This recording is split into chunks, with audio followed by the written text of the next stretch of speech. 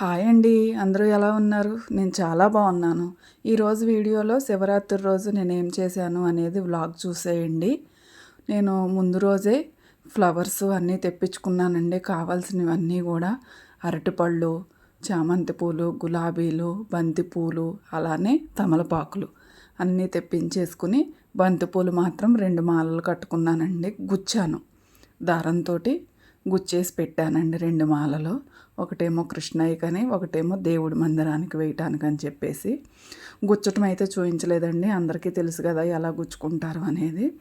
అలా అన్నీ కూడా ముందు రోజు ప్రిపరేషన్ చేసుకుంటేనండి నెక్స్ట్ డే చాలా ఈజీ అయిపోతుందండి. మనం పూజ చేసుకోవటం కానీ ఏదైనా సరే ఆ విధంగా మొత్తం ప్రిపరేషన్ అంతా కూడా నైటే చేసేసుకున్నాను. నేను ఏ విధంగా చేసుకున్నాను అనేది ఈ వీడియోలో చూసేయండి. అలానే పూజ సామాను మొత్తం కూడా తోమేసి టేబుల్ పైన ముందు అలా పెట్టేసిన తర్వాత వాటిని తుడుచుకోవటం అలా ఉంటాయి కదండి. పూజ సామాను ఎక్కువ వాడతానండి నేను. నా దగ్గర బ్రాస్ ఐటమ్స్ అవన్నీ ఉన్నాయి. డెకరేటింగ్ చేయటానికి కానీ ఆ విధంగా ఎక్కువ యూజ్ చేస్తాను. అందుకని ముందు రోజే అన్నీ కడిగేసి పెట్టేసుకుంటానండి. అలా తాంబూల పళ్ళెం కదా ఎత్తడిది బ్రాస్ది, వాటిని అన్నీ కూడా కడిగి తుడిచేసి ఆరిపోతాయి కదండి. పొద్దున్నేకి బాగుంటాయి అన్నమాట, ఆరిపోతాయి. మార్నింగ్ లెగిసి ఇవన్నీ చేయాలంటే మనకి పూజ చేసుకోవటం లేట్ అయిపోతుందండి. అందుకని చెప్పి నేను ముందు రోజు నైటే ఇవన్నీ చేసి పెట్టుకుంటాను. ఇవన్నీ చేసి తుడిచి పక్కన పెట్టేసుకున్న తర్వాత ఆ టీవీ యూనిట్ అది కూడా నేను తుడుచుకున్నానండి. ఎందుకంటే మళ్ళీ మార్నింగ్ నాకు అవన్నీ తుడుచుకోవటం అంటే నాకు లేట్ అయిపోతుందండి. ఎందుకంటే డైలీ కూడా నేను టీవీ యూనిట్ ముందర అవన్నీ కూడా నేను డైలీ తుడుస్తాను. అందుకని చెప్పి దుమ్ము ఎక్కువ పడుతుందండి, బాగా కనిపిస్తుంది. బ్లాక్ రాయి అవ్వటం వలన బాగా కనిపిస్తుంది. అందుకని చెప్పి నేను ముందు రోజు నైటే తుడిచేసి పెట్టానండి. ఎందుకంటే మార్నింగ్ మళ్ళీ డెకరేట్ చేసుకోవటం అది అంతా ఉంటుంది కదా. అందుకని చెప్పి ముందు రోజు నైటే తుడిచిపెట్టుకున్నాను. నేనైతే మామూలు వాటర్లో షాంపూ వేసేసి అలా స్ప్రే చేసి తుడిచేస్తానండి. క్లినిక్ ప్లస్ షాంపూ ప్యాకెట్స్ తెచ్చుకుంటాను, వాటిని వేసేసి తుడిచేస్తాను. అలా టీవీ యూనిట్ ముందర ఉంటుంది కదండి వినాయకుడును డాల్స్ అవన్నీ కూడా చక్కగా తుడిచేసి నీట్గా సర్దేసి పెట్టేసుకున్నానండి ముందు రోజే. ఇవన్నీ చేసుకుంటే మనకు ఫ్రీ అండి. ఇక మార్నింగ్ కొంచెం లెగవటానికి లేట్ అయినా కానీ ఇబ్బంది అనిపించదు. చూశారు కదా, ఆ విధంగా అన్నీ తుడిచి పక్కన పెట్టేసుకున్నాను. మీకు ఇంతకుముందు వీడియోలో కూడా చెప్పాను, ఆ బాటిల్స్కి నేనే పెయింట్ వేసానని చెప్పేసి. మనీ ప్లాంట్ పెట్టాను. ఇది నెక్స్ట్ డే మార్నింగ్ అండి. మార్నింగ్ లెగవంగానే ఇల్లు ఊడ్చి బయట ఊడ్చేసి తుడిచి ముగ్గు వేసుకుంటున్నానండి గుమ్మం ముందు. నేను డైలీ మార్నింగ్ వేస్తానని అందరికీ తెలుసు కదండి. అలానే గుమ్మం మీద కూడా తుడిచేసాను, క్లాత్ తోటి తుడిచేసి మామూలుగా ముగ్గేస్తున్నానండి. పసుపు అయితే పూయలేదు నేను. ఈ విధంగా ముగ్గులు వేసేసుకున్నానండి. పసుపు కుంకుమ వేసుకుంటే భూదేవిని పూజించినట్లండి ముగ్గులో పసుపు కుంకుమ వేసుకుంటే. అలానే బంతిపూలు కొన్ని ఉన్నాయి కదండి, వాటిని కూడా ముగ్గులో వేసేసుకున్నాను. చాలామంది ముగ్గులో పసుపు కుంకుమ వేయకూడదని అంటారు కానండి, భూదేవిని పూజించినట్టండి. అపార్ట్మెంట్లో భూదేవి అని అంటే మనం కిందకి వెళ్ళి చేయలేం కాబట్టి మనం గుమ్మం ముందు ఉన్నదే భూదేవి తల్లిలాగా భావించి నేనైతే పసుపు కుంకుమ వేసి పూలు అవి పెడతానండి. మామూలుగా పండగలప్పుడైతే పూలు వేస్తాను, డైలీ అయితే మాత్రం కంపల్సరీ పసుపు కుంకుమ వేస్తాను. చాలా ప్రశాంతంగా అనిపిస్తుందండి అలా చూస్తుంటే, పాజిటివ్ ఎనర్జీ వచ్చేస్తుంది. ఇప్పుడు కిచెన్లోకి వచ్చేసానండి ఫ్రెష్ అప్ అయిపోయి.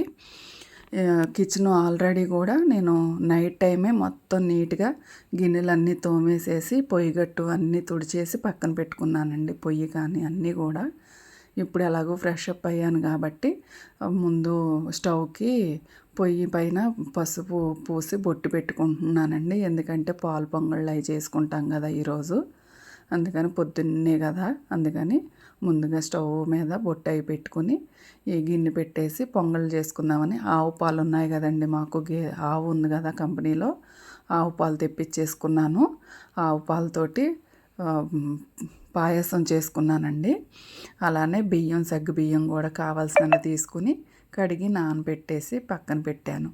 పాలు పొంగొచ్చేసాయండి ఈలోపు. అంటే నేను ఈ పాలు పెట్టిన తర్వాత నేను బోలెడంత పని చేసుకున్నానండి. అదంతా కూడా అలా నేను చూయించేస్తే క్లమ్జీగా అయిపోతుంది వీడియో అంతా, ఏది అర్థం కాకోకుండా అని చెప్పేసి మీకు ప్రసాదం ఒకలాగాను డెకరేషన్ అంతా లాగా పెట్టాను. నేనైతే ఈ పాయసం అంతా రెడీ అయ్యే లోపల నేను డెకరేషన్ అంతా చేసేసుకున్నానండి. ఎక్కడెక్కడ డెకరేట్ చేసుకోవాలో అక్కడంతా డెకరేట్ చేసేసుకున్నాను.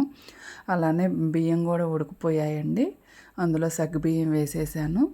ఇక ఈ పాలల్లో సగ్గుబియ్యం వేసి చేస్తానండి నేను ఎక్కువ, ఎందుకంటే మా ఇంట్లో ఇదే ఎక్కువ తింటారు.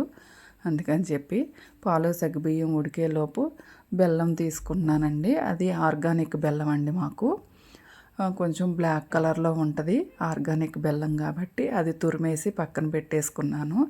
బెల్లం వేస్తే ఇరిగిపోతుంది కాబట్టి నేను కొద్దిగా పాకంలాగా పడతానండి. వేరే గిన్నెలో బెల్లం వేసి విడిగా కొద్దిగా వాటర్ పోసి స్టవ్ మీద పెడితే అదే సిమ్లో ఉడుకుతుందండి.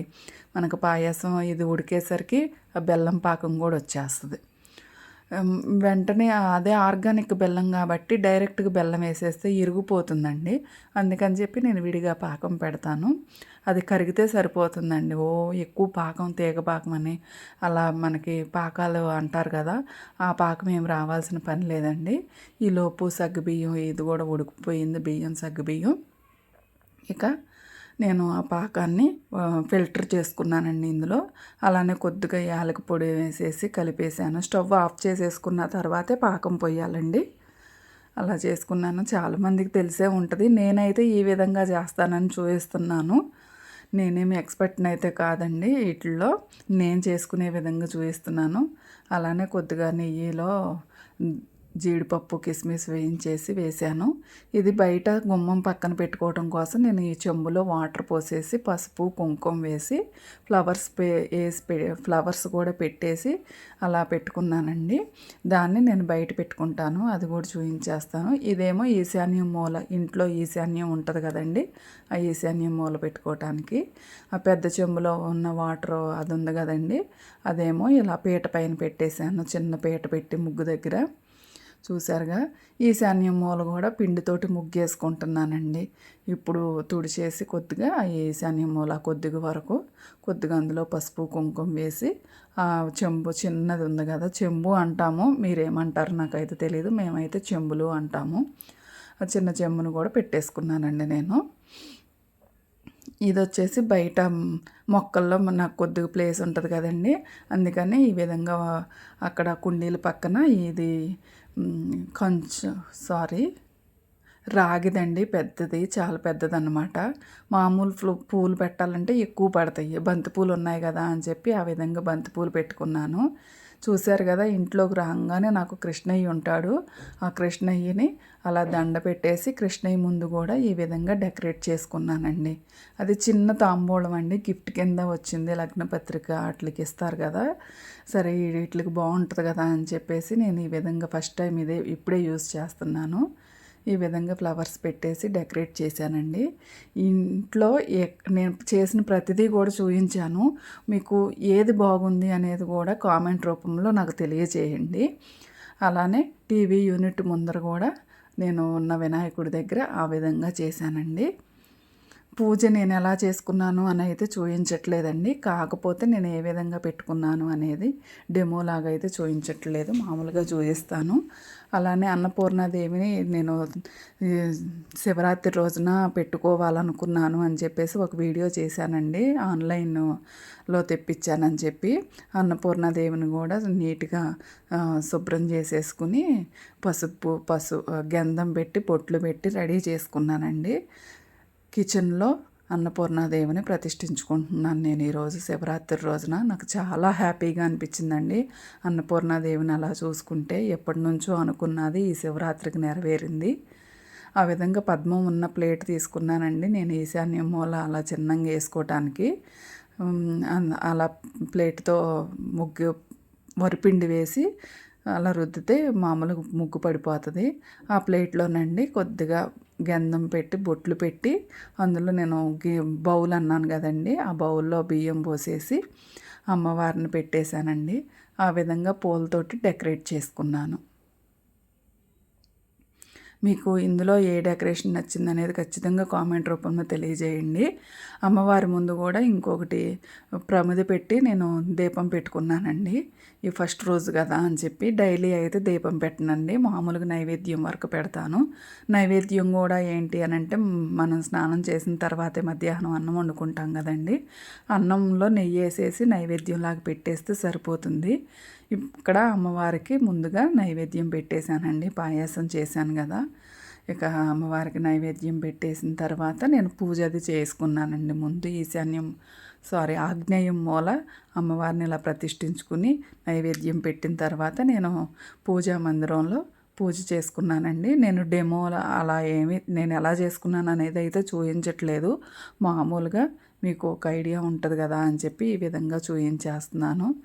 తాంబూలం ప్రసాదం అన్నీ పెట్టేసేసి ఈ విధంగా డెకరేట్ చేసుకున్నానండి. అలానే నా దగ్గర శివయ్య ఉంటాడండి, చిన్న శివలింగం ఉంటుంది, దానికి నేను రుద్రం చదువుకుంటా అభిషేకం చేసుకున్నానండి. అది ఈ పూట అయితే మార్నింగ్ టైం అయితే నేను వాటర్ తోటి అభిషేకం చేసుకున్నాను. ఈవినింగ్ 6 o'clockకి పాలతోటి అభిషేకం చేసుకున్నానండి. ఇప్పుడైతే మామూలుగా వాటర్ తోటి అభిషేకం చేసుకున్నాను. నండూరి శ్రీనివాస్ గారు వీడియోలో చెప్పారండి, రుద్రం అది 15 శ్లోకాలు ఉంటాయి, అవి ఎలా చదువుకోవాలి ఏంటి అనేది ఆయన వీడియోస్ నేను చాలా ఫాలో అవుతాను.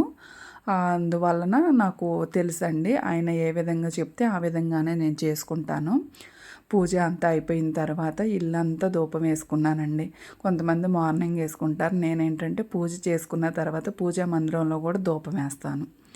అందుకని చెప్పి ఇక మొత్తం అంతా అయిపోయిన తర్వాత ఇల్లంతా కూడా ధూపం వేసి గుమ్మం ముందర అన్ని చోట్ల కూడా ధూపం వేసుకుంటాను. ఎక్కువగా ధూపం వేసుకుంటే చాలా మంచిదండి, మంచి స్మెల్ వస్తూ ఉంటుంది. మీరు కూడా వేసుకుంటూ ఉండండి ధూపం. నేను ఆ బొగ్గులు అయితేనండి ఇంటి దగ్గర తెప్పించుకుంటాను, అమ్మ వాళ్ళ ఇంటికి వెళ్ళినప్పుడు కట్టెల పొయ్యి మీద ఉంటాయి కదా, అవి తెచ్చుకుని అలా వేడి చేసుకుంటాను స్టవ్ మీద పెట్టి. అలానే డైనింగ్ టేబుల్ మీద కూడా నా దగ్గర ఒక వినాయకుడు ఉంటాడు కదండి, అందుకని చెప్పి అక్కడ ఆ తాంబూలం పెట్టి ఆ విధంగా డెకరేట్ చేశాను. సాయంత్రం చేసుకున్న అభిషేకం అండి, నేను షార్ట్లో అప్లోడ్ చేశాను, ఒకసారి షార్ట్ కూడా చెక్ చేసేయండి. నా వీడియోస్ నచ్చినట్లయితే ఖచ్చితంగా లైక్ చేయండి, షేర్ చేయండి, సబ్స్క్రైబ్ చేసుకోండి. Thanks for watching. నెక్స్ట్ వీడియోతో మళ్ళీ మీ ముందుకు వచ్చేస్తాను. అంతవరకు సెలవు. బాయ్ అండి.